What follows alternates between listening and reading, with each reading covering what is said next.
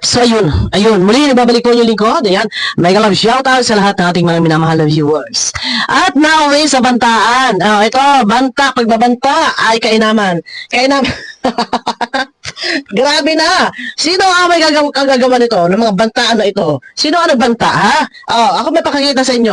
At ang pagbabanta na ito ay mismo nanggaling kay Mang Iking. Pinos ni Mang Iking ang pagbabanta. Nako po, Diyos ko. So, alam nyo na. Ito pala ay nanggaling sa kanya. So, siya ang nakakaalam kung sino ito at kung saan nagmula ito. Pero yan, makikita nyo po sa screen. Ano po? Ayan, ha? Nanggaling yan. Makikita nyo sa screen. Eto, babasahin ko muna. Ano? Babasahin ko po muna. Ngayon, ang nakakatawa dito. Ayan, nakikita niyo yun nasa screen eh. Post po yan. Ayan, blurred. Ni Ricky. Ni Rodriguez Ricky. Okay. Ang sabi niya, ang kanya caption dito, naku, nagdelikado na tayo nito, bulong. Sabi niya, naku, nagdelikado na tayo nito, bulong. Sigurado, kapanalig ito ni Krong Krong. Pinagbintangan si Krong Krong. So alam niyo na kung sino si Krong Krong. Ang tinatawag niya Krong Krong na di umano ay naghahamon o nahamon niya ay si Kindred. Okay? Di ba? Ang sabi, nakita niyo dyan sa screen. Naku, nagdelikado na tayo nito, Bulong. Si Bulong na tinatawag niya ay si Red Zane. Okay? Ang hilig niya nito eh. May Bangkay, may Balakang, may Mangkanor, si Kapuki, si Krong Krong. So alam niyo na, siya nag-post sa kanyang Facebook account at dito, ang sabi niya, naku, nagdelikado na tayo nito, Bulong. Sabi niya, lol. Siguro kapanalig ito ni Krong Krong, ha ha ha. Isipin ninyo ha, may tawa pa yan. Siguro kapanalig ito ni Krong Krong, ha ha. Tapos ano ba ang nilalaman? Ayan na nga, nandiyan na nga sa screen. Binabasa ko lang. So ano ba ang nilalaman? Nang sabi ni Ira Saucelo Makasadog, ayan eh, ang lives in Cubao, Quezon City. Ayan, okay. Ang sabi niya, ingat kayo. Ibig sabihin ito ay na-PM sa kanya or gawa-gawa niya. Siya nag-post nga, nanggaling nga sa kanya to. Ito i-analyze ninyo, happiness niya to sa Facebook. Itong banta. Ayan, makikita ninyo yung pagbabanta. Ayan, So, babasahin na po natin, i-zoom ko. Ang sabi dito ni Ira Saucelo Makasadog, ingat kayo, may titira sa inyo. Mamatay buong pamilya nyo, pati kay Doklat. Saan galing to? Kanina pinasa to? Mamatay buong pamilya nyo, pati kay Doklat. Kasama na pamilya ni Kapisot. Pag hindi tumigil sa pag-vlog, pag hindi tumigil sa pag-vlog, kasi mga hudas daw kayo, dalawa. Meron na gunman nakamonitor sa inyo. Papatira kayo ng malaking opisyal sa DAET. Pinagbintangan pa talaga. Papatira kayo ng malaking opisyal sa DAET. Maraming galamay. May umaaligid sa lugar ninyo. So, ito ay message na Ira Saucelo Makasadog. Okay, ulitin po natin. Ingat kayo, may titira sa inyo. Mamatay buong pamilya nyo, pati kay Duklat, kasama na pamilya ni Kapisot. Pag hindi tumigil sa pag-vlog, kasi mga hudas daw kayo, dalawa, meron na gunman nakamonitor sa inyo. Patitira kayo ng malaking opisyal sa DAET. Maraming galamay, may umaaligid sa lugar ninyo. So, dinamay pa talaga dito isang malaking opisyal, malaking opisyal sa DAET. So, wala namang pinangalanan. Di ba? Dapat dito maglalabas sa sapat na pruweba. Ito ay maaaring gawa-gawang kwento lamang. Walang katotohanan dahil wala ditong nakasaad na pruweba. May gunman, wala namang pinakikitang gunman. Ito ay post lamang at blood kasi yung mukha eh. So, ipinost ni Iking, sa kanyang, ayan makikita ninyo. Ipinost ni Iking sa kanyang Rodriguez Ricky account. Sino maniniwala? Tapos ngayon, ang pagbibintangan ay itong mga taga-kalingap, kagaya ni Krong Krong na binabanggit dito. Sino maniniwala na gawa-gawa ninyo ito? Para lang kayo ay may maiibabato at palalabasin ninyong masama ang mga nandito, kung sino man na nandito sa Kalingap. Sino maniniwala sa inyo? Walang maniniwala sa inyo. Baka ito ay pakana. Di ba? Oh, at garang-gara naman ang Ricky Rodriguez na ito si King, agad ay inipost. At may tawa pa. Naku, nagdelikado na tayo nito bulong. Lul. Sigurado, kapanalig ito ni Krong Krong. O, di ba? Ha ha ha. Meron pang tawa. O, di ba? Kung ikaw ay nababahala at baka ito sakali nga ay may katotohanan dahil hawak mo ang screenshot na ito, ikaw ay matatakot at ikaw ay magpapablatter pero wala kang action. So, maaaring ito ay naandyan lamang or kayo-kayo lamang ang gumawa nito dahil wala kang sapat na ebidensya na pinakikita na kung sino man tunog chat na to ay wala namang pinakikita ang sapat na ebidensya. O, saan ang galing ito, King? Ikaw ang nag-post nito. Di ba? Oh, ngayon, sino ba ang may mga galit sa'yo? Yun ang tanong.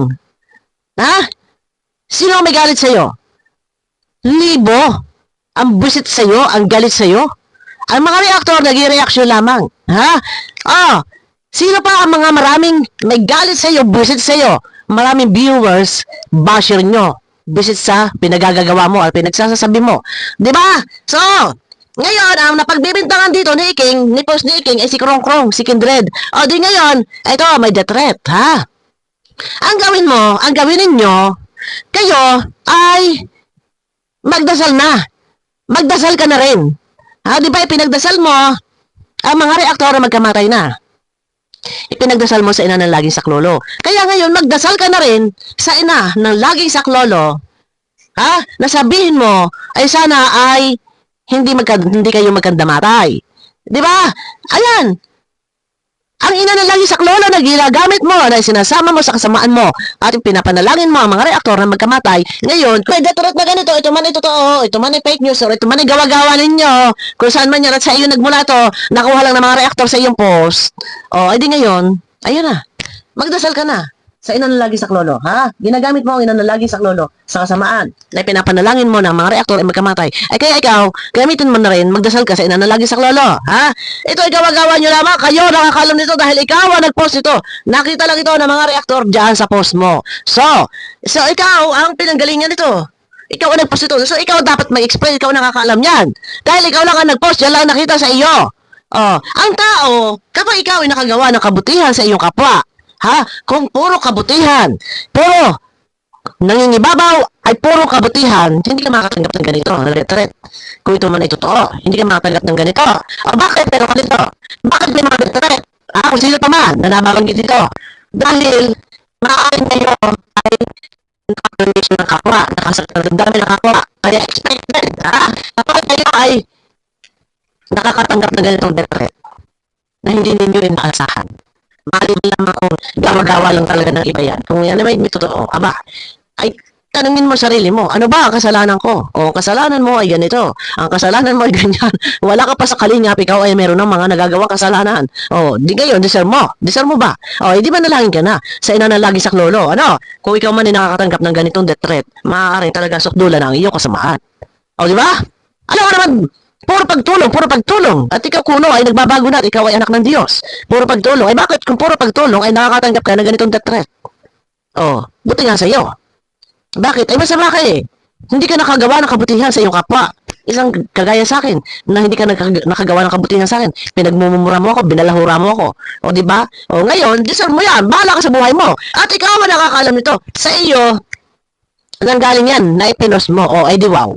O, ano ngayon? Ha? Magdasal ka na sa ina ng laging saklolo. O, di ba? Tingnan natin. Sabi ko nga kapag ang isang tao, puro kabutihan ang nagawa sa kapwa, puro papuri ang aanihin. Pero bakit ka nakakatanggap ng death threat? Ha? Kasi hindi ka mabuti sa iyong kapwa. Di ba? Ay, totoo naman. Di ba? Kahit naman ikaw, na-interview ka ni Pastor AR, noon pa man, ikaw ang nagsasabi na naging masama ka. Di ba? Ikaw ang nagsasabi na ikaw ay masama at nagbagong buhay. Oh, ngayon may death threat ka na. Magdasal ka na. Kaya sabi ko nga kailangan magtatanim ka ng kabutihan. Ha? Puro maganda ipakita mo sa iyong kapwa para pagkasakaling ika nga ay lahat naman ay mapupunta sa kamatayan, ika nga ay una-una. Pag ikaw ay medyo masama, nakakaranas ng ganyan, ay, kung ikaw ay may tinanim na kabutihan sa iyong kapwa, ano ba ikaw ay nawala? Ikaw ay namatay. Marami makikismak siya. Marami bibigyan ng tulong abuloy. Ngayon, kumusta na pala yung abuloy para kay Tatay Robin? Di ba tumanggap ka ng abuloy galing sa Team Guwapa? Nasaan na? Di ba? Ako'y bilib, ako'y taka sa iyo na alam mo na ikaw ay hindi makakapunta sa patay, hindi ka makakapunta doon sa lamay. Bakit ka tumanggap ng abuloy? Di ba? Kung di ka ba naman tulig, minuminuto. Bakit ka tumanggap ng abuloy mula sa Team Guwapa na hindi ka naman, na alam mo naman sa sarili mong hindi ka naman doon makakapunta? Ngayon, nasaan yung abuloy? Ha? Nasaan yung abuloy? O ano? Paano na? Yan ang hirap sa'yo. Ang galing mo, magbida-bida. Ang galing mo pagdating sa kapirahan. Ha?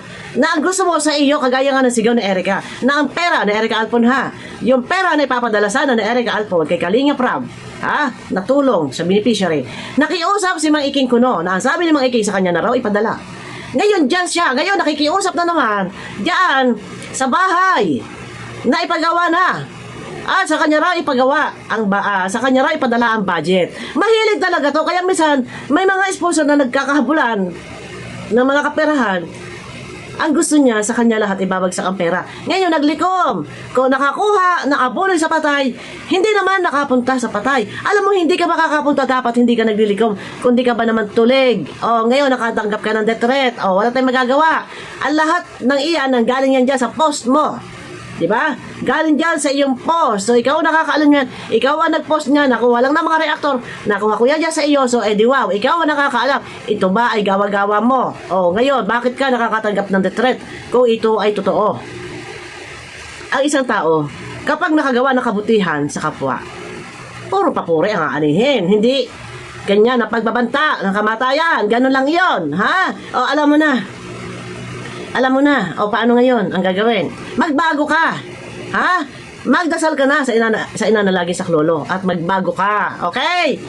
Sige, sa iyo nagmula ang death threat na yan, ang post na yan. Di ikaw, baka ikaw, gawa-gawa mo at itatambak mo kay Krong-Krong. Itatambak mo sa Kalinga para lumabas sa masama ang Kalingap. Di ba? Ayan. So ngayon, ano ang assurance mo? Nakapanalig yan ni Krong-Krong. Ayan ang hilig sa'yo. Ang hilig mo na magparabintang na wala naman sapat na pruweba na baka yan daw ay kapanalig ni o kasamahan ni Krong-Krong. Sino si Krong-Krong? Si JP. Si JP ay kung tawagin niya si Manok. Di ba? Ganyan yan eh. So ayun na. Ikaw lang nakakaalam yan. Kaya gawa-gawa mo at gusto mo lang palabasin na masama ang mga nandito sa Kalingap kung sino man. Kagaya ni Krong-Krong na yung pinaparatangan. Di ba? Yun lang. Sino man hiniwala dyan? Puro sinungaling yan kahit kailan. Di ba? Ayun na guys. Abangan nyo ako. Nalobat na ako. Lobat na po ito. Abangan nyo ako sa akin next video. Abangan nyo ako sa Bopil Vlog. Mamaya po. Maganda ang ating topic mamaya. Maganda po. May susunod tayo. May re-reaction na tayo sa video. Bye bye po. Bye bye. Nalobat na ako guys. Yan